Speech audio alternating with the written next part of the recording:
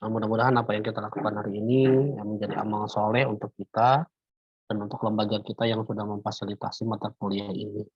Ya, senang sekali teman-teman saya bisa bertatap muka kembali secara daring dengan teman-teman dari MIPA ya yang luar biasa yang selalu membuat saya bersemangat karena aktivitas perkuliahannya luar biasa aktif dan membuat saya semakin bersemangat untuk masuk di kelas ini gitu ya. Nah, teman-teman, kalau teman-teman kemarin masih ingat terkait dengan bahan diskusi yang kita diskusikan bersama, kemarin kita membahas Al-Quran. Ya. Nah, mata kuliah hari ini atau bahan diskusi hari ini masih ada kaitannya dengan hal tersebut, ya, terkait dengan sumber hukum Islam. Ya. Saya ingin sampaikan ulang bahwa sumber hukum Islam itu, ya, itu setidaknya ada 3, meskipun ada beberapa yang menjadi 4 ya. Saya coba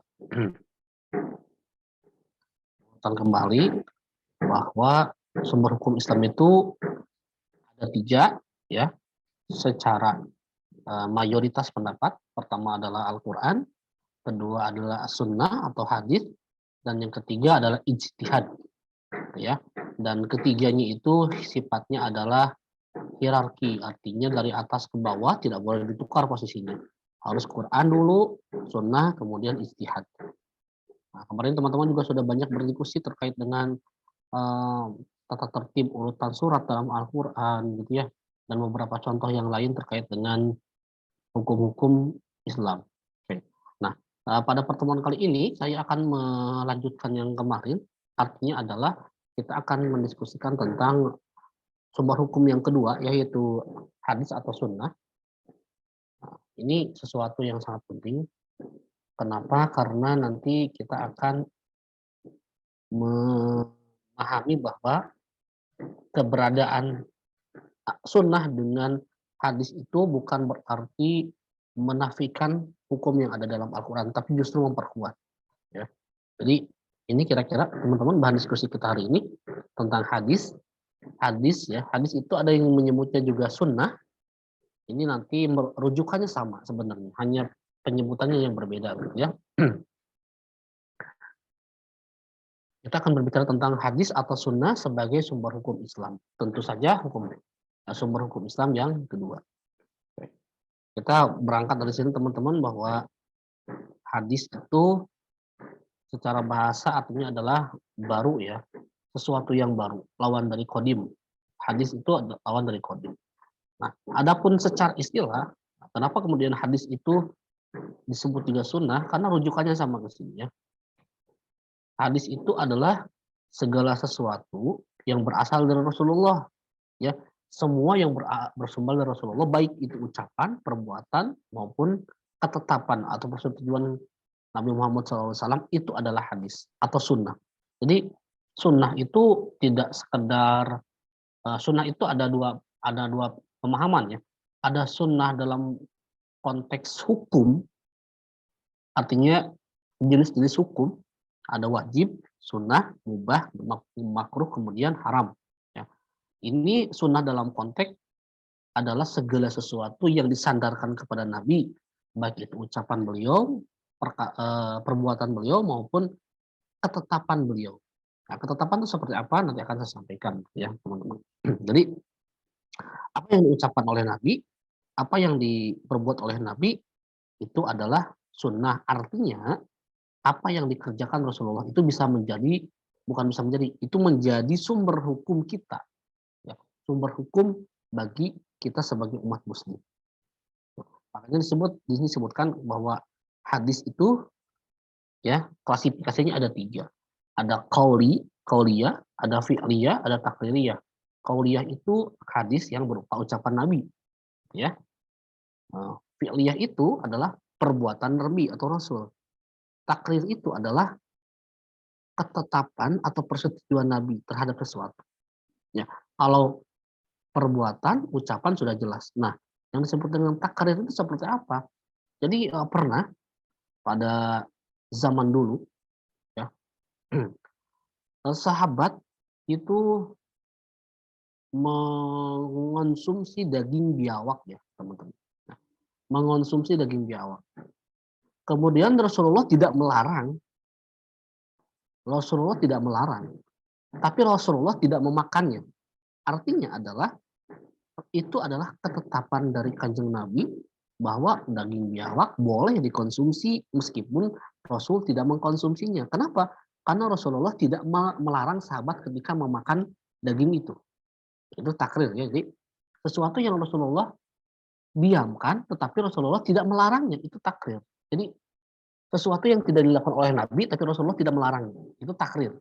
Gitu ya, teman-teman. Nah, fungsi hadis atau kedudukan hadis sendiri saya sampaikan tadi dan memperkuat argumen kemarin bahwa hadis ini ya merupakan sumber hukum kedua setelah Al-Qur'an. Jadi hadis merupakan sumber hukum kedua setelah Al-Qur'an. Begitu. Kenapa kemudian masih perlu hadis sebagai sumber hukum? Tidak cukupkah Al-Qur'an saja bagi kita orang awam ya, dan dengan keluasan makna yang terkandung dalam Al-Qur'an, tentu saja hadis perlu untuk meyakinkan pemahaman kita terhadap hukum yang ada dalam Al-Qur'an. Ya, bahkan nanti tidak hanya berhenti pada hadis, kita perlu juga ijtihad ulama. Nah, fungsi hadis sendiri dalam kaitannya dengan hukum Al-Qur'an, ya, hukum Islam, pertama ada yang disebut dengan bayanut takrir, artinya adalah mempertegas, memperkuat hukum yang sudah ada dalam Al-Qur'an. Ya. Nah, misalkan dalam surah Al-Baqarah 200 ayat 43 ya. Itu berkaitan dengan rukun Islam. Ya. Kita buka ya suratnya Al-Baqarah ayat 43. Saya stop dulu.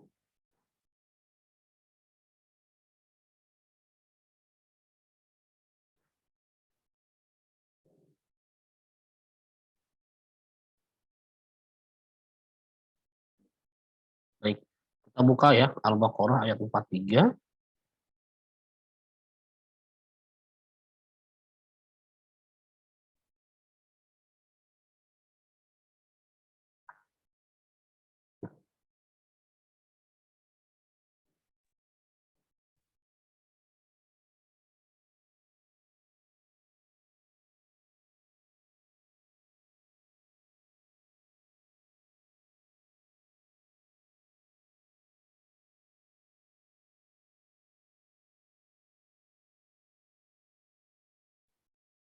Oke. Ini terkait dengan rukun Islam ya. Di sini dalam surah Al-Baqarah ayat 43 Allah menegaskan beberapa perintah. Wa aqimus sholata wa atuz zakata warka'u ma'ar raki'in. Ya, warka'u ma'ar raki'in. Perintah untuk mendirikan sholat dan menunaikan zakat. Ya. Nah, ayat ini sebagai rukun Islam dipertegas oleh hadis Nabi Muhammad SAW ya. Beberapa hadis terkait dengan rukun Islam itu ada beberapa, di antaranya adalah Kanjeng Nabi Muhammad SAW menyatakan bunyal Islam ala khamsin. Islam itu dibangun dengan 5 dasar, 5 pondasi utama ya. Syahadati alla ilaha illallah wa anna Muhammadar Rasulullah. Pertama adalah kalimat sahabat, gitu, kalimat syahadat gitu ya. Kemudian wa iqamis sholati wa itaiz zakati gitu ya. Wa shaumi Ramadan. Mendirikan salat, bayar zakat, kemudian berpuasa pada saat Ramadan dan wa hajjil baiti ini istata'a ilaihi sabila. Kemudian yang kelima mendirikan haji. Nah, hadis ini mempertegas bahwa memang Islam itu mensyaratkan 5 rukun bagi penganutnya ya. Dari mulai syahadat sampai nanti melaksanakan ibadah haji. Dalam konteks ayat ini adalah sholat, zakat. Sholat dan zakat. Nah, itu yang pertama ya. Jadi takrirul bayan artinya dia memperkuat gitu ya, mensupport, memperkuat hukum yang sudah ada terlebih dahulu dalam Al-Qur'an. Kemudian yang kedua, fungsinya Al-Qur'an gitu ya, terhadap fungsinya hadis terhadap Al-Qur'an sebagai sumber hukum. Ini tadi ada bayanut takrir ya, bayanut takrir itu memperkuat, kemudian ada bayanut tafsir, dia menjelaskan, menafsirkan, memperinci ayat-ayat Al-Qur'an. Nah, ini seperti contoh teman-teman. Allah mewajibkan sholat 5 waktu ya. Jadi Allah memerintahkan kita mendirikan sholat 5 waktu. Tetapi bagaimana caranya sholat, itu detail-detailnya tidak ada dalam Al-Quran. Begitu kan ya? Jadi Allah memerintahkan kita mendirikan sholat, tapi bagaimana detail pelaksanaan sholat itu sendiri, nah, ternyata tidak ada dalam Al-Quran. Begitu. Nah, karena kemudian tidak di dalam Al-Quran itu masih global, maka ada hadis Nabi yang memperinci tentang bagaimana sholat dilaksanakan. Ya, nanti kita lihat beberapa hadis terkait itu. Tapi secara umum Rasulullah menyatakan, "Shollu kama ra'aitumuni usolli." Sholatlah kalian sebagaimana kalian melihat bagaimana aku melaksanakan sholat. Ya, kata Nabi. Nah, hadis ini pun ternyata kan masih umum, masih global. Karena tidak dijelaskan bagaimana gerakan sholat itu. Ya, apa yang harus dilakukan. Nanti kita lihat beberapa hadis terkait ini. Kemudian ada bayanut tasyri ya. Dia menetapkan sesuatu yang belum tercantum dalam Al-Qur'an. Masalah siwak contohnya di sini ya. Tidak diungkapkan dalam Al-Qur'an secara detail, tetapi kemudian ada dalam sunnah Nabi Muhammad SAW. Oke, jadi 3 fungsi hadis ya. Pertama kedudukan dulu ya. Kedudukan hadis itu sebagai sumber hukum kedua setelah Al-Qur'an. Itu kedudukan hadis. Fungsinya ada 3. Bayanut takrir, mempertegas hukum yang sudah ada. Bayanut tafsir, memperinci gitu ya, hukum yang sudah ada dalam Al-Quran. Dan bayanut tasyri, dia menetapkan sesuatu yang belum ada dalam Al-Quran. Seperti misalkan siwak gitu ya, siwak tidak ada dalam Al-Quran secara detail. Nah, kemudian ini ada hadis ya, ada klasifikasi hadis. Jadi mungkin teman-teman pernah mendengar seperti ini. Wah, dalil itu lemah, dalil itu dhaif, tidak bisa dijadikan dasar hukum. Nah, kata-kata dhaif, kata-kata sahih gitu ya, mungkin teman-teman sudah familiar dengan istilah itu. Nah, itu bagian dari klasifikasi hadis. Jadi klasifikasi hadis itu dilihat dari beberapa pertimbangan. Pertama adalah dari sumber redaksinya. Dia terbagi menjadi 3 ya, maaf. Ada hadis marfu, ada hadis mauquf, ada hadis maqtu.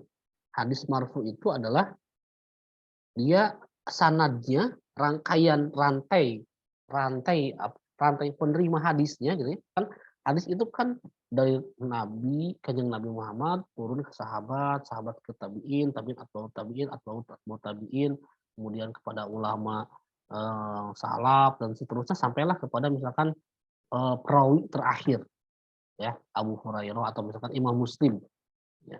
Nah, jadi sanad itu adalah mata rantai hadis ya, yang menyambungkan satu periwayat, satu perawi atau periwayat hadis ke periwayat hadis yang di atasnya sampai nyambung ke Rasulullah, itu namanya sanad ya, mata rantai. Nah, kalau marfu itu langsung nyambung ke Kanjeng Nabi Muhammad SAW ya. Kalau mauquf dia berhenti pada Nabi, pada sahabat, tetapi sahabat ini karena dekat dengan Nabi menunjukkan oh pasti ini juga nyambung ke Rasulullah ya. Nah, kemudian ada yang maktu. Maktu itu dia berhenti kepada tabiin. Tabiin itu kan jadi sahabat itu adalah orang-orang yang sezaman dengan Nabi ya. Sahabat itu adalah orang-orang yang hidup sezaman dengan Nabi. Artinya bertemu dengan Nabi, melihat bagaimana keseharian Rasul gitu ya, itu sahabat. Nah, generasi setelah sahabat namanya tabiin ya. Nah, kalau maktu itu berhenti pada tabiin saja, mauquf pada sahabat, kalau marfu kepada Kanjeng Nabi. Ini dilihat dari sumber redaksi, dari sanad ya, sumber redaksi atau mata rantai ini. Kemudian dari jumlah orang yang meriwayatkannya atau perawinya. Pertama ada yang disebut dengan hadis mutawatir. Artinya hadis itu diriwayatkan oleh banyak orang, ya. Dan orang-orang yang meriwayatkannya dalam jumlah banyak itu dia tidak mungkin berbohong. Ya, kata misalkan saya menerima dari si A, ya, kemudian si A menerima dari si B menerima dari si C menerima dari si D, terus sampai ke Z misalkan gitu ya. Dari A sampai Z itu dia tidak mungkin berbohong karena terkenal dengan kejujurannya. Itu mutawatir. Sehingga hadis ini sangat kuat. Kenapa? Karena dari segi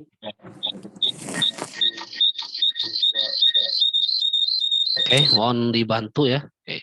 Jadi hadis mutawatir ini sangat kuat. Kenapa? Karena dari segi kuantitas bagus, dari kualitas pun terjamin. Ya. Dari segi kuantitas yang meriwayatkannya banyak. Dari segi kualitas orang-orang yang meriwayatkan dalam jumlah banyak itu pun dia terjamin kejujurannya. Oke. Nah, kemudian kedua ada hadis ahad. Ahad itu satu ya. Jadi diriwayatkan oleh sekelompok orang saja ya. Dalam jumlah yang beberapa orang tetapi tidak sebanyak mutawatir gitu. Jadi misalkan hanya diriwayatkan oleh 3 orang atau 4 orang. Tidak ada memang jumlah pasti di sini ya, teman-teman. Hanya hadis ahad itu kira-kira jumlah perawinya yang meriwayatkan hadisnya tidak sebanyak mutawatir. Ini dari jumlah perawi. Ya. Nah, kemudian ini yang paling banyak didiskusikan. Ya, teman-teman. Ada yang disebut dengan klasifikasi hadis terkait dengan kualitas hadisnya. Ada yang disebut dengan hadis sahih, ya, yang merupakan tingkatan tertinggi dalam sebuah hadis. Hadis sahih itu artinya adalah sanadnya bersambung kepada Rasul, orang-orang yang meriwayatkannya pun orang-orang yang terpercaya, isi hadisnya pun tidak bertentangan dengan Al-Quran, tidak aneh gitu ya. Nah, kemudian para perawi itu pun dia terpercaya ingatannya.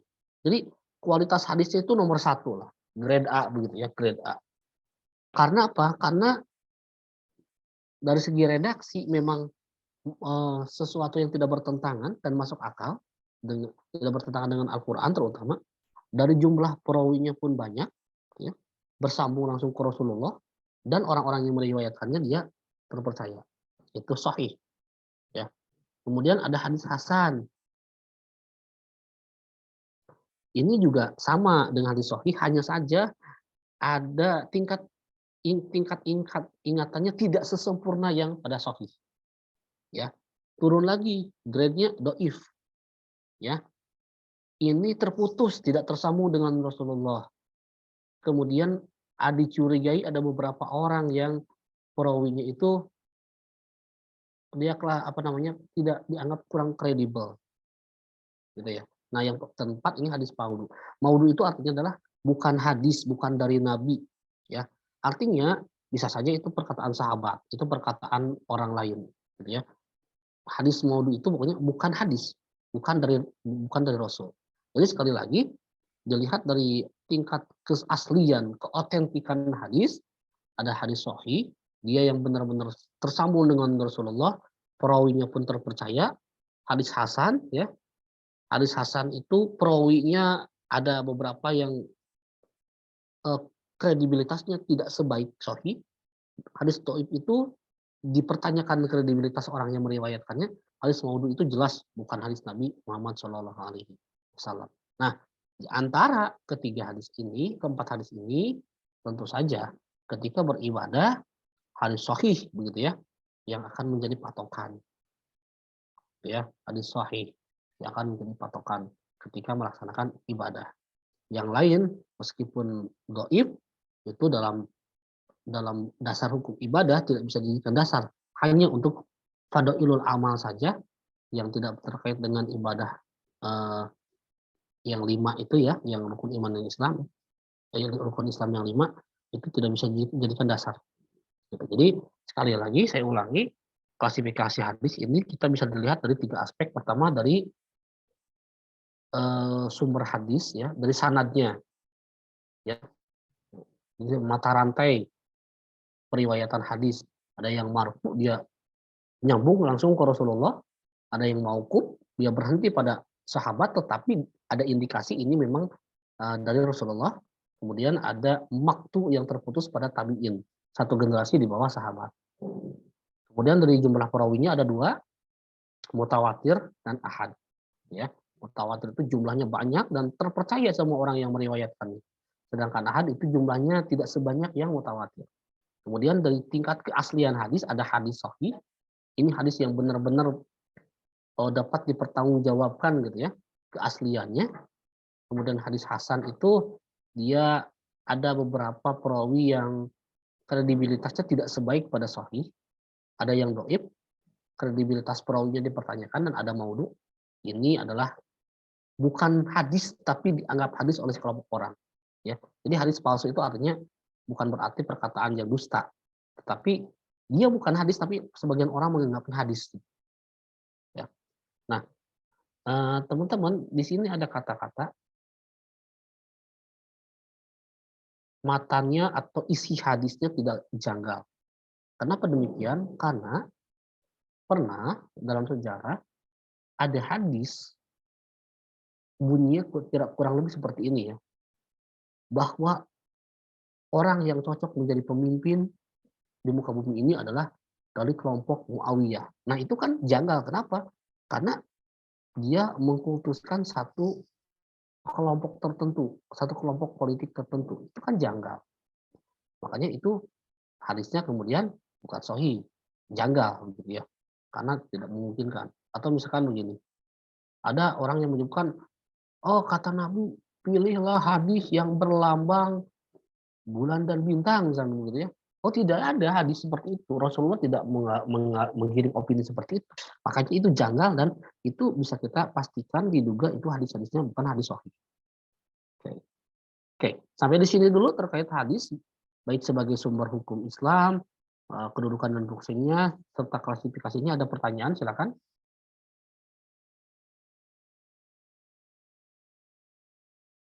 Silakan Bintang. Ya, silakan.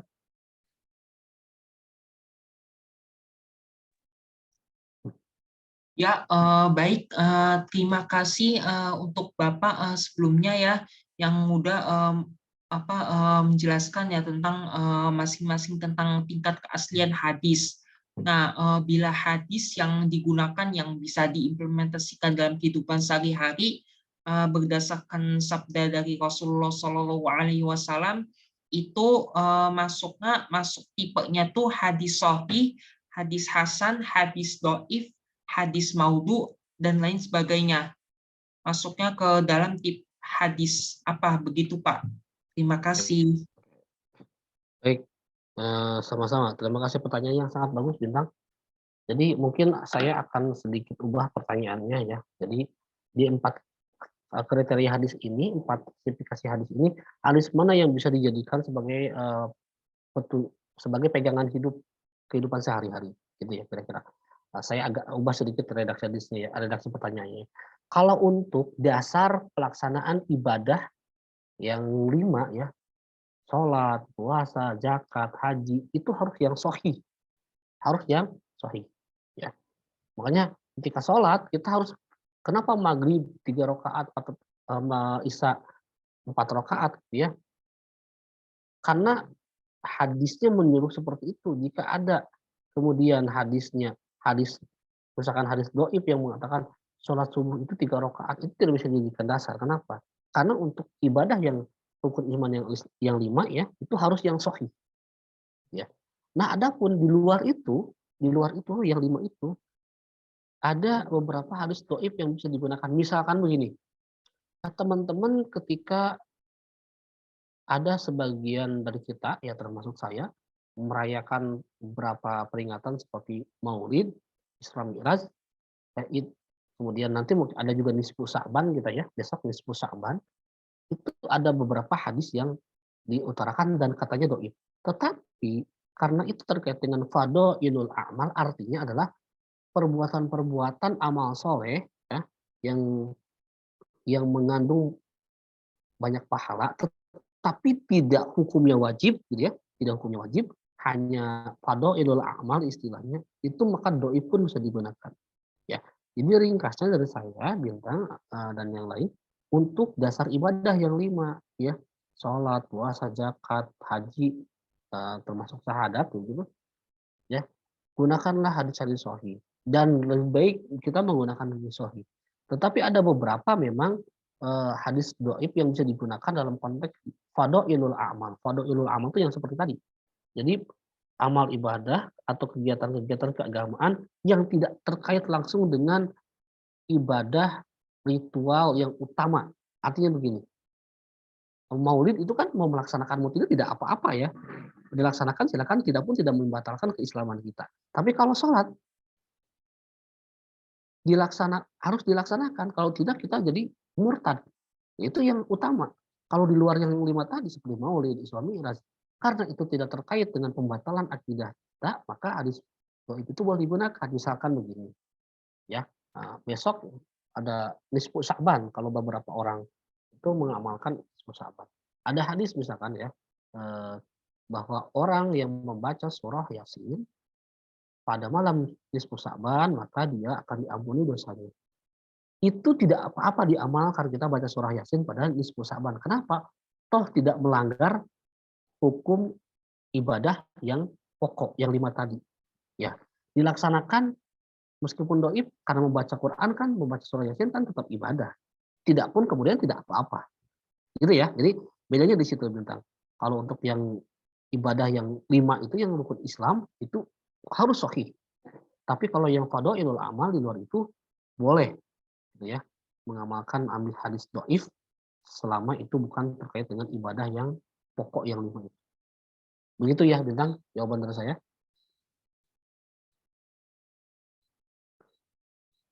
Baik, sudah jelas Pak. Terima kasih. Ya, sama-sama. Yang lain silakan.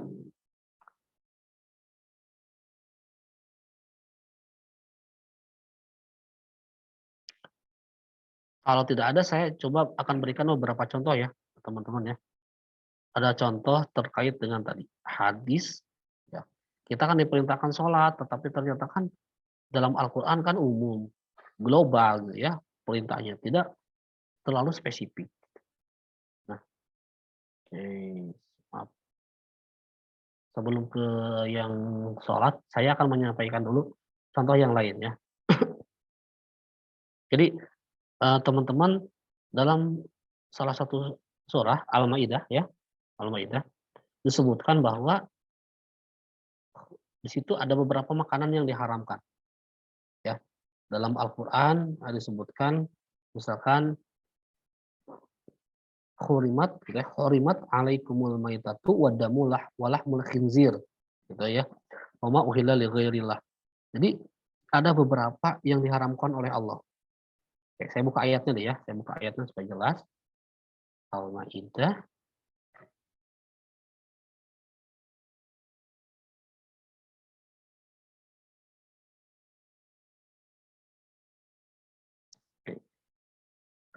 Di surah Al-Maidah ayat 3 ya, teman-teman. Oke, saya coba tunjukkan ini ayatnya.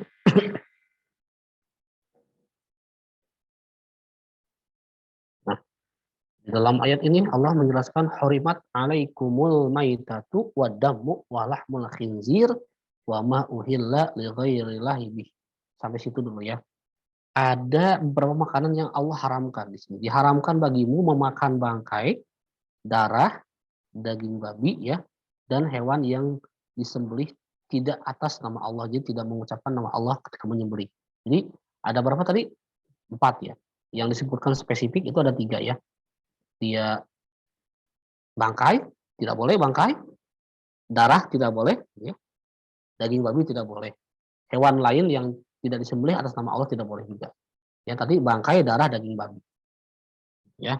Nah, kemudian teman-teman, karena tadi salah satu fungsi Quran, salah satu fungsi hadis itu terhadap Al-Quran adalah bayanut tafsir ya, memperinci memperinci hukum yang sudah ada dalam Al-Quran sekaligus ya bayanut tasyri ya, menetapkan sesuatu yang belum ada.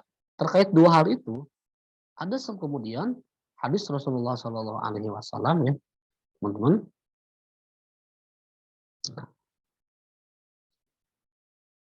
Meskipun tadi disebutkan ada bangkai dan darah itu diharamkan oleh Allah Subhanahu wa taala dalam surah Al-Maidah tadi, begitu ya.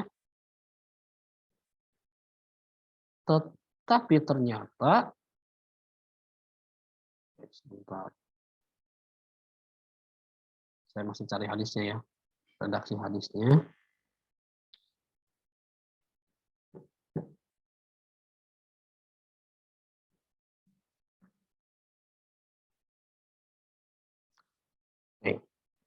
Mungkin di sini kalau kita salah.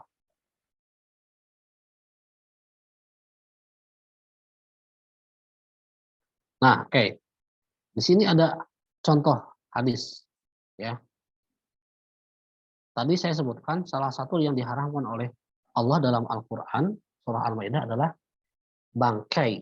Oke, bangkai ya. Bangkai tidak boleh ya. Tetapi Rasulullah menyebutkan di sini ya, kalau Rasulullah SAW fil bahar, ya, Rasulullah bersabda tentang laut, huwa at-tahuru ma'uhu al-hillu maitatuhu. Air laut itu airnya suci, artinya bisa dipakai untuk bersuci ya, karena tentu karena sangat luas sekali ya, lebih dari 20 itu dianggap air suci begitu.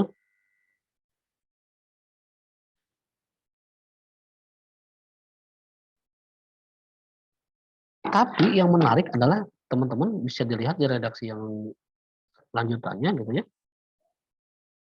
Bukan hanya lautnya yang bukan airnya saja yang suci, tetapi halal bangkainya. Ya, halal bangkainya. Artinya semua bangkai itu haram kecuali katanya ya, bangkai ikan yang ada di laut. Gitu ya. Ini penetapan dalam hadisnya. Artinya adalah dari hadis ini teman-teman bahwa hukum yang dalam Al-Qur'an ya, itu terkadang masih perlu penafsiran lebih rinci yang ada dalam hadis. Salah satunya adalah ini contohnya. Ketika Allah menyatakan horimat alaikumul maitatu, Allah mengharamkan mayit, artinya adalah bangkai, tetapi kata Rasulullah SAW, al-hillu maitatuhu, bahwa di laut itu bangkainya halal. Bahkan dalam hadis yang lain, meskipun tadi dalam Al-Quran disebutkan bahwa darah itu haram, tetapi kata Nabi dalam hadis yang lain disebutkan ada 2 darah yang dihalalkan, ya, yaitu adalah ati dan limpa. Ati dan limpa dari hewan yang halal, maksudnya ya. Kenapa ati dan limpa itu katanya kan, saya tidak tahu, mungkin di sini ada anak biologi nanti yang lebih tahu ya, termasuk dalam darah. Tetapi kata Nabi ada 2 darah yang dihalalkan, itu ati dan limpanya hewan yang dihalalkan. Boleh dimakan. Nah, artinya adalah tadi saya sampaikan bahwa fungsi hadis betul-betul sebagai bayanut bayanut tafsir gitu ya. Memperjelas sesuatu yang sudah ada dalam Al-Qur'an lebih detail lagi. Oke.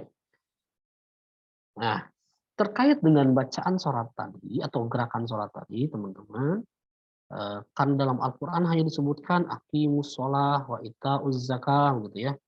Hanya disampaikan dirikanlah sholat gitu. Bayarlah zakat. Sholat itu seperti apa? Gitu kan? Tidak ada ininya detail di dalam Al-Qur'an. Bahkan Nabi mintanya sholu kama ra'aitumuni usolli. Sholatlah kalian sebagaimana kalian melihat aku sholat. Nah, itu pun hadis masih umum. Kemudian Rasulullah SAW dalam hadis yang lain memperinci lagi. Dan ini sebenarnya hasil dari ulama juga mengumpulkan beberapa hadis. Misalkan begini, rukun sholat itu kan ada 17 ya, ada beberapa. Nah, yang pertama berdiri. Ya. Tidak disebutkan dalam Al-Quran begitu berdirinya seperti apa. Allah hanya menyebutkan waqumu lillahi qanitina ya, berdirilah karena Allah ada dalam sholatmu. Nah, tetapi bagaimana kalau kasusnya ada orang tidak mampu sholat dalam keadaan berdiri? Maka dijelaskan lebih lanjut, sholatlah kalian dalam keadaan berdiri. Kalau tidak mampu berdiri, ya dalam keadaan duduk. Kalau tidak dalam keadaan duduk, ya berbaring gitu ya. Nah, ini merupakan tafsir penjelasan lebih detail terkait dengan bagaimana kondisi berdiri ya kiamannya dalam sholat. Yang kedua menghadap kiblat ya. Dalam kata Allah dalam surah Al-Baqarah hanya disebutkan walillahil masyriq wal maghrib dan seterusnya. Nah, kemudian Rasulullah mentafsir lagi gitu. Kemana sebenarnya ke arah kiblat yang dimaksud? Ini disampaikan idza qumta ila sholati fa'asbir al-wudu tsumma istaqbil al-qiblah fakabbir. Jika kamu hendak sholat, maka sempurnakan wudhu kemudian menghadap ke arah kiblat. Gitu ya, ke arah mana kiblat dan bertakbirlah. Begitupun takbiratul ihram, gitu ya. Terus sampai dia mengangkat kedua tangan. Kan tidak ada dalam Al-Qur'an kan, salat itu mengangkat kedua tangan. Tapi Rasulullah menyebutkan idza dakhala fi sholati rafa'a yadayhi maddan. Jika engkau hendak melaksanakan salat, maka angkatlah kedua tanganmu sambil menjulurkannya. Begini maksudnya gitu ya. Nah, beberapa hadis ini menjelaskan bahwa memang betapa hadis itu penting untuk menafsirkan beberapa hukum yang masih dianggap global dalam Al-Quran. Apalagi ibadah itu kan bukan hanya sekedar ritual niat saja, tapi ada standar prosedural yang harus dilakukan, gitu kan? Bagaimana kaifiatnya, bagaimana tata cara yang baiknya. Tidak hanya bicara tentang niat saja, tetapi juga bagaimana kaifiat atau tata caranya. Sehingga Rasulullah SAW menyampaikan hal itu. Nah, jadi artinya adalah bahwa tadi hadis itu memang berfungsi sebagai bayanut takrir, memperjelas yang sudah ada, bayanut tafsir, memperinci yang sudah ada, dan yang ketiga adalah bayanut tasyri, dia menetapkan yang belum ada dalam Al-Quran. Gitu. Oke, baik. Ada pertanyaan terkait dengan beberapa contoh tadi? Silakan.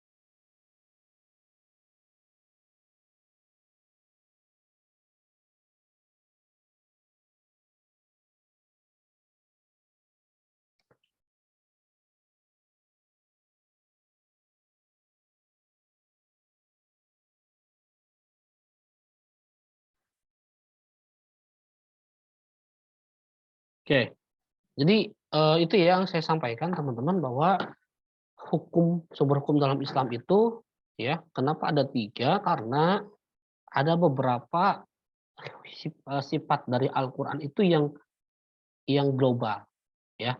Kemarin kalau masih ingat teman-teman ada Quran itu kan ayatnya ada yang disebut dengan ayat uzanni gitu ya. Ada yang qat'i. Qat'i itu sudah saklek. Sudah saklek seperti hukum waris itu sudah jelas bahwa bagian laki-laki itu 2 kali bagian perempuan. Perempuan setengahnya dari laki-laki. Kemudian dia seorang istri mendapat berapa bagian, sudah saklek di situ. Tapi ada yang zonni gitu ya, yang ya seperti tadi masih perlu penafsiran lebih lanjut begitu. Di antaranya adalah penafsiran melalui hadis Rasulullah SAW. Dan itu pun teman-teman kadang-kadang tidak berhenti pada hadis Nabi. Karena permasalahan manusia semakin berkembang, berbagai masalah muncul yang ketika zaman Nabi tidak muncul, itu perlu pemecahan masalah secara hukum, maka nanti ada lagi yang namanya ijtihad untuk menyelesaikan masalah-masalah yang dianggap tidak muncul di zaman Nabi tapi sekarang muncul. Misalkan adalah ketika bagaimana hukum jual beli secara online kan pada zaman Nabi tidak ada, ya kan? Jual beli secara online. Tokopedia, online shop yang lain tidak ada zaman Nabi gitu. Nah, sedangkan jual belinya sendiri sudah diatur dalam Islam sejak zaman Nabi, sehingga nanti perlu penyesuaian hukum yang disesuaikan dengan konteks kekinian. Kenapa? Karena Islam itu dinamis, hukum fikih itu dinamis, ya. Di hukum fikih itu dinamis, tidak saklek, ya. Karena agama itu untuk mempermudah hidup manusia, sehingga nanti perlu perumusan ulang hukum-hukum yang tidak ada pada zaman Nabi. Nah, untuk merumuskan itu sendiri tidak sembarang orang yang bisa merumuskannya, ya. harus orang-orang yang dianggap kredibel dan mampu. Makanya nanti ada produknya adalah ijtihad. Ijtihad itu sendiri nanti akan banyak jenisnya ya, dari mulai qiyas, kemudian ijma, maslahatul mursalah, al-uruf dan lain-lain. Itu beragam nanti jenisnya. Kita akan lihat beberapa contoh nanti minggu depan kasus-kasus yang tidak ada pada zaman Nabi. Dalam Al-Qur'an tidak disebutkan secara detail hukumnya, dalam hadis pun masih perlu pembaharuan begitu ya. Kemudian Al-Quran dan hadis itu dijadikan inspirasi untuk mengambil sebuah hukum baru yang belum ada pada zaman Nabi. Nanti keluarlah beberapa produk hukum ijtihad dengan kategorisasinya. Baik, kesempatan terakhir teman-teman, ada pertanyaan sampai di sini?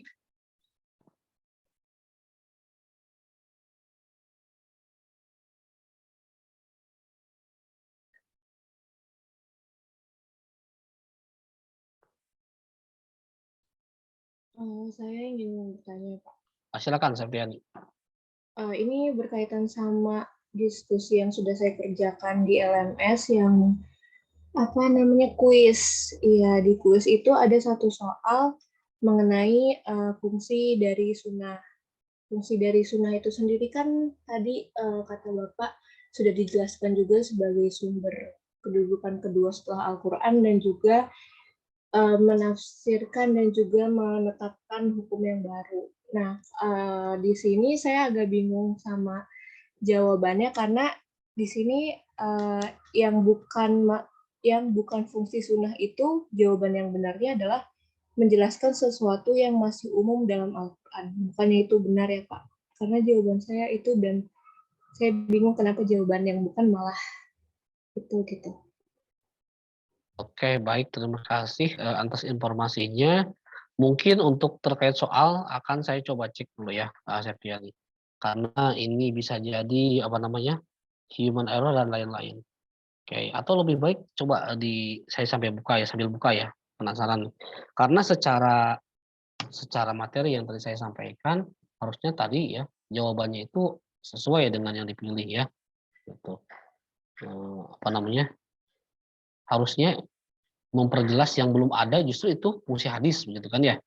Oke. Iya, Oke, Pak. oke. Sementara saya akan lihat dulu soalnya ya, Septiani. Akan saya lihat dulu soalnya seperti apa.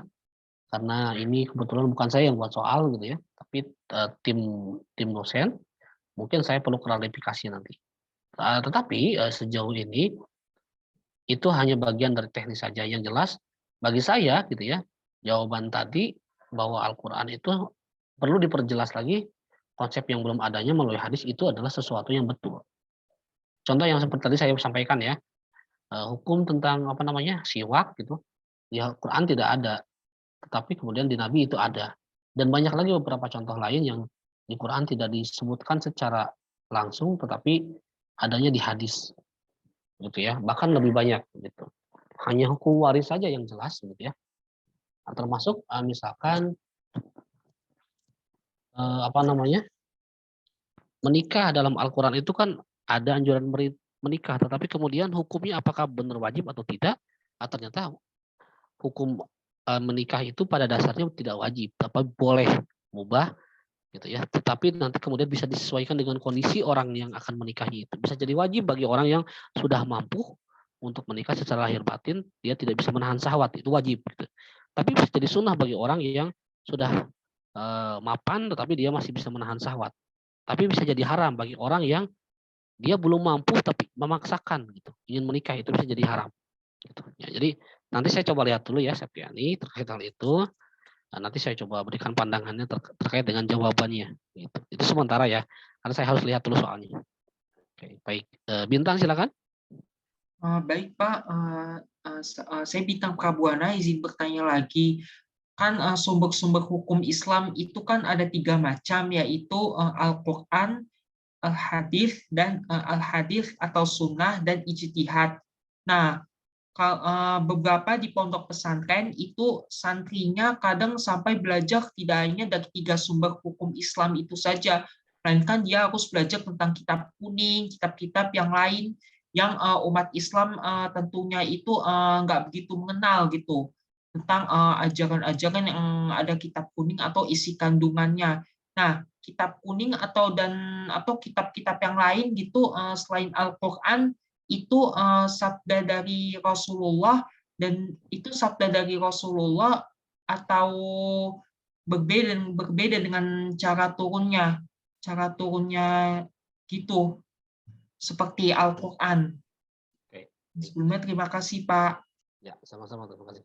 Terima kasih Bintang terkait dengan kitab kuning atau Turas ini. Jadi ada kitab kuning yang dia memang turunan dari Al-Qur'an. Misalkan kitab tafsir gitu ya. Artinya dia membahas Al-Qur'an, tetapi menjelaskan tentang pemaknaan Al-Qur'an. Dan itu pun banyak menggunakan hadis Nabi. Jadi kitab kuning itu ada yang memang dia membahas tentang Al-Qur'an langsung, membahas hadis seperti Sahih Bukhari, Sahih Muslim itu kan membahas tentang hadis-hadis. Artinya kan dia langsung ya dari sumber kedua. Nah, ada memang kitab kuning yang dia isinya adalah pendapat ulama yang secara tidak langsung dan ada yang langsung juga menukil dari hadis dan Quran. Nah, sehingga kita bisa kategorikan lah ya bahwa kitab kuning itu sebenarnya mungkin bisa dikategorikan sebagai ijtihad. Ijtihad. Kenapa ijtihad? Karena itu produk ulama, produk para ulama ya dengan menukil beberapa keterangan terhadap Al-Qur'an dan Sunnah. Gitu. Jadi kalau kitab kuning memang bukan sumber hukum Islam secara langsung disebutkan, tetapi salah satu produk dari sumber hukum Islam yang ketiga yang namanya ijtihad. Gitu. Itu namanya salah satunya ada turos ya atau kitab kuning kita mengenalnya. Kenapa? Karena kalau tidak dibukukan ya maka ilmu itu akan hilang sebagaimana ketakutan ketika Al-Qur'an tidak dibukukan ketika para penghafalnya gugur gitu. Jadi itu ya Bintang memang bukan sumber hukum Islam secara langsung tapi dia produk dari ijtihad. Artinya salah satu contoh produk dari ijtihad kitab kuning itu. Turunnya tentu berbeda dengan hadis dan Quran karena penulisan kitab kuning itu dia beragam cara ya. Ada yang melalui memang dia mendengar dari sahabat, dari tabi'in, kemudian ke generasi terusnya, kemudian dia tulis. Ada bahkan teman-teman beberapa kitab kuning, turas ya, terutama kitab-kitab sholawat yang dia disusun ketika si penyusunnya itu mengalami pengalaman batin bertemu dengan Rasulullah atau bahkan mengalami lumpuh. Jadi ini menarik, ada sebuah kitab kuning, ya, beberapa kitab kuning bahkan. Jadi si pengarang ini, ya, dia terhenti ketika mengarang kitab kuning itu karena terserang penyakit. Tiba-tiba terinspirasi bermimpi dengan Rasulullah, kan kalau bermimpi dengan Rasulullah katanya itu kan asli ya. Kalau Rasulullah tidak bisa dipasukan oleh syaitan kan gitu. Nah, ketika di mimpinya orang-orang soleh itu bertemu dengan Rasulullah mendapatkan ilham, petunjuk harus meneruskan kitab kuning, dia menuliskannya. Nah, jadi memang kitab kuning ini caranya berbeda-beda. Ada yang seperti kita belajar ke gurunya, ke dosennya, gitu ya, guru ke masayikhnya, dia mencatat apa yang disampaikan masayikhnya, kemudian dia membukukan itu. Ada yang melalui apa namanya? Ada yang melalui uzlah, menyendiri, menyepi, menepi dari keramaian untuk membuat kitab kuning ada. Jadi itu beragam cara yang digunakan oleh para ulama. Tapi yang jelas kitab kuning, ya, kitab kuning yang benar-benar kitab kuning, gitu ya, artinya tidak bertentangan dengan syariat Islam, itu adalah salah satu bagian dari pemikiran utama yang bisa kita kategorikan bagian dari ijtihad atau sumber hukum yang ketiga. Gitu ya, Bintang ya, jawaban dari saya. Baik, sudah jelas informasinya Pak. Terima kasih. Ya, sama-sama. Termasuk juga pertanyaannya. Baik, Septiani terkait dengan pertanyaan yang tadi dijelaskan, ya saya maklumi lah kalau teman-teman mengalami kesulitan menjawab yang mana. Karena bagi saya memang keempat jawaban yang disampaikan itu bisa masuk dalam fungsi dari sunnah ya terhadap Al-Quran. Gitu. Jadi abaikan saja tidak apa-apa. Itu kan pemikiran sebagian orang yang menyusun soal ya. Dan itu pun kan tidak didiskusikan. Tapi yang jelas bagi saya tadi jelas kan bahwa salah satu fungsi sunnah itu adalah bayanu tasyri', menetapkan sesuatu yang belum ada dalam Al-Qur'an, ya. Artinya begini mungkin ya, si pembuat soal ini tidak bisa dong, hadis kan harus diturunkan dari Al-Qur'an. Mungkin pola pikirnya memang begitu ya, Septiani. Nggak bisa dong, hadis itu pasti mesti ada dalam Al-Qur'annya. Hanya dia perlu penjelasan lebih detail saja. Berkaca dari pemikiran seperti itu, maka jawaban yang tadi dipilih itu dianggap salah, gitu. Itu sebenarnya hanya perbedaan pendapat saja ya, Septiani. Tidak perlu dipikirkan terlalu mendalam karena itu hanya masalah perbedaan penafsiran saja terhadap fungsi Al-Qur'an, fungsi hadis. Tapi bagi saya sangat jelas sunnah itu dia menetapkan sesuatu yang belum disebutkan sebelumnya dalam Al-Qur'an. Tetapi memang inspirasinya, ilhamnya ada dalam Al-Qur'an. Tetapi tidak secara langsung disebutkan seperti tadi, ya. Diharamkan bangkai, tetapi ada perinciannya. Bangkai apa yang diperbolehkan di antara hal yang haram itu. Nah, dalam siwak kan tidak disebutkan, ya. Ayatnya mana yang berkaitan dengan siwak langsung gitu ya. Tetapi di Nabi ada siwak. Kalaulah tidak diberatkan, aku akan minta umatku untuk bersiwak setiap kali akan mendirikan sholat, kan begitu. Ya, gitu ya Septiani. Jadi itu perbedaan persepsi saja, tidak terlalu terlalu dipikirkan terlalu jauh gitu. Baik, terima kasih Kak. Terima kasih Pak. Ya, sama-sama. Saya senang sebut kakak, berarti saya masih muda nih ya. Baik, ada lagi satu pertanyaan terakhir? Saya izin bertanya, Pak. Ya, silakan, Tania. Ya, kira-kira ada perbedaan pendapat gitu nggak sih Pak tentang keaslian suatu hadis? Kayak misalnya ada beberapa ulama yang bilang suatu hadis itu tuh sahih, habis ada beberapa ulama yang lain atau kubu yang lain bilang kalau hadis itu tuh doif gitu. Habis itu kira-kira kita harus ngambil yang mana gitu, kita harus pilih yang mana gitu Pak. Terima kasih Pak. Baik, pertanyaan yang sangat bagus ya. Oke. Jadi perbedaan seperti itu ada ya. Ada. Itu nanti bisa dilihat di beberapa kitab hadis. Ya, misalkan tadi di Bulughul Maram, nanti lagi ada di kitab-kitab hadis yang lain, itu biasanya ada keterangan di bawahnya itu ya. Ulama ini mengatakan ini sahih, tetapi yang lain mengatakan hasan. Ada pernyataan seperti itu. Nah, itu tidak bisa dihindarkan. Kenapa? Karena bisa jadi metode pengambilan mata rantai sanad ke atasnya itu begitu ya. Itu mungkin berbeda-beda. Termasuk perbedaan terhadap menilai kredibilitas seorang perawi. Kemudian siapa yang harus kita jadikan pegangan di antara berbagai pendapat itu yang berbeda? Kalau bagi saya gitu ya, bagi kita sebagai orang yang masih awam, ambillah yang mayoritas dulu. Ya, ambillah yang mayoritas.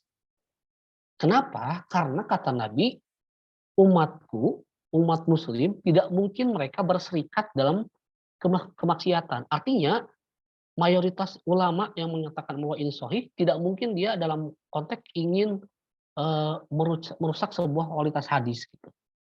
Sehingga, ya tadi, mayoritas ulama lah yang diambil. Gitu ya. Itu yang pertama. Yang kedua, ambil dari kitab hadis, ya, kitab hadis yang tingkatan kesahihannya itu paling tinggi. Yang paling tinggi adalah Sahih Bukhari, kemudian Muslim. Itu ya, teman-teman. Tetapi kan kalau mengambil dari kitab hadis langsung, kita keterbatasan gitu ya dalam ilmu dan lain-lain. Maka saran saya, ambillah jumhur atau pendapat mayoritas. Kita ada namanya Majelis Ulama Indonesia, ya itu ikuti untuk awam seperti kita, ya gitu. Karena perbedaan seperti itu tidak bisa dihindari. Tetapi sejauh ini yang saya lihat, itu ya, perbedaan-perbedaan itu kemudian lebih kepada sudut pandang seseorang dalam menilai kredibilitas si perawi. Artinya begini, itu kan sesuatu yang bisa jadi sangat subjektif. Misalkan begini, saya menerima kabar dari Bintang gitu ya bahwa rektor UNJ akan melaksanakan kegiatan ini, gitu, suatu kegiatan. Saya bisa menyimpulkan bahwa oh itu beritanya sahih karena Bintang terpercaya. Tapi mungkin tahniah belum tentu. Karena tadinya memandang bintang itu kurang kredibel karena ada riwayat diduga pernah berbohong. Nah itu kan perbedaan sudut pandang itu juga mempengaruhi nanti terhadap kualitas hadis, gitu ya. Nah, tetapi ya untuk amannya kita cari saja ya yang jumhur atau mayoritas. Saya coba lihat di sini ya, mungkin ada beberapa contoh.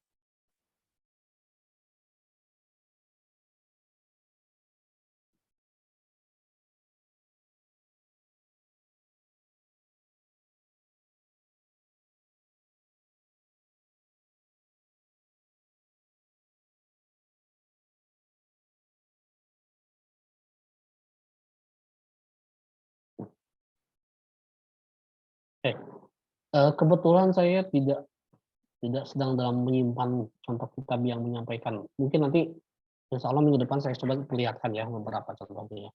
Cuman dalam konteks yang kitab ini yang buku Bulughul Maram, kitab hadis-hadis tentang ibadah, di sini memang hanya disebutkan catatannya begini saja ya, seperti misalkan di bawah yang tercetak tebal bahwa diriwayatkan oleh Ahmad dan Ibnu Majah dalam sanadnya terdapat kelemahan.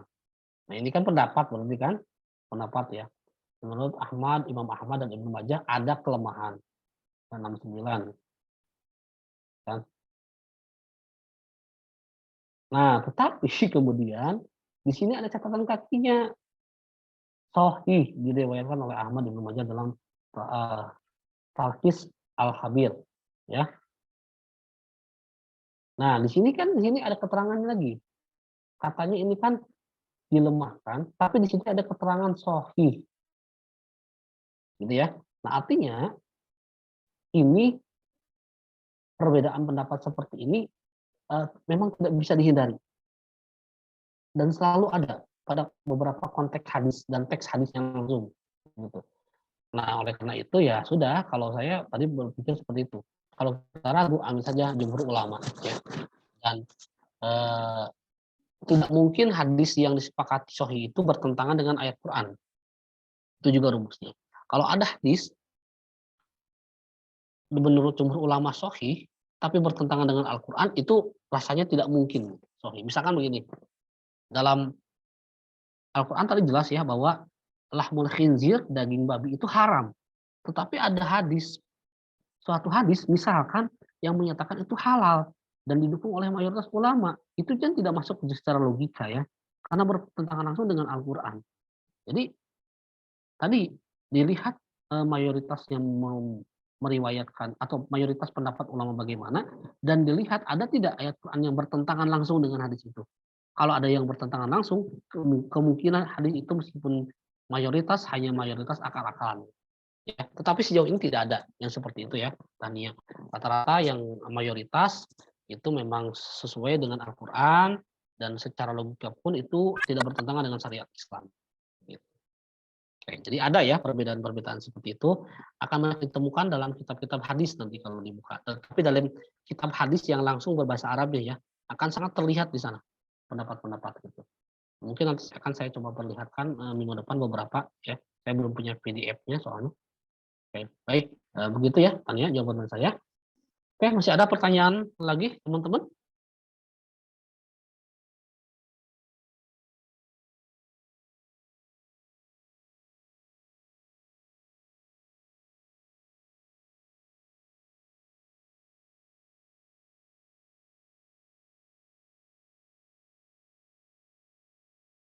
Ya, kalau tidak ada teman-teman, itu dulu yang saya sampaikan hari ini. Jadi kesimpulan dari saya adalah kita memiliki sumber hukum Islam yang kedua yaitu as-sunnah. Ya, sunnah itu segala sesuatu yang didasarkan kepada Rasulullah baik perbuatan, ucapan maupun ketetapan. Ya, untuk ibadah-ibadah yang sangat mendasar, artinya sangat fundamental terkait dengan rukun Islam yang 5, usahakan atau gunakanlah hadis yang sahih. Tetapi untuk sesuatu yang berhubungan dengan fadhailul amal yang tidak terkait langsung dengan rukun iman yang 5 tadi, silakan menggunakan hadis dhaif, tapi harus diseleksi terlebih dahulu hanya pada fadhailul amal gitu ya, teman-teman. Al-Qur'an masih atau hadis itu sangat diperlukan bagi kita ya, minimal untuk dibaca untuk melihat bahwa hadis itu memang dia berfungsi sebagai bayan tafsir, memperinci sesuatu yang ada dalam Al-Qur'an, ya. Kemudian bayanut takrir, memperkuat yang sudah ada dalam Al-Qur'an, dan yang ketiga adalah bayanut tasyri', menetapkan sesuatu yang belum ada secara implisit atau eksplisit ya dalam Al-Qur'an hukum dasar. Gitu. Itu yang saya sampaikan teman-teman. Mohon bantuannya nanti PJ menyebarkan itu ya apa namanya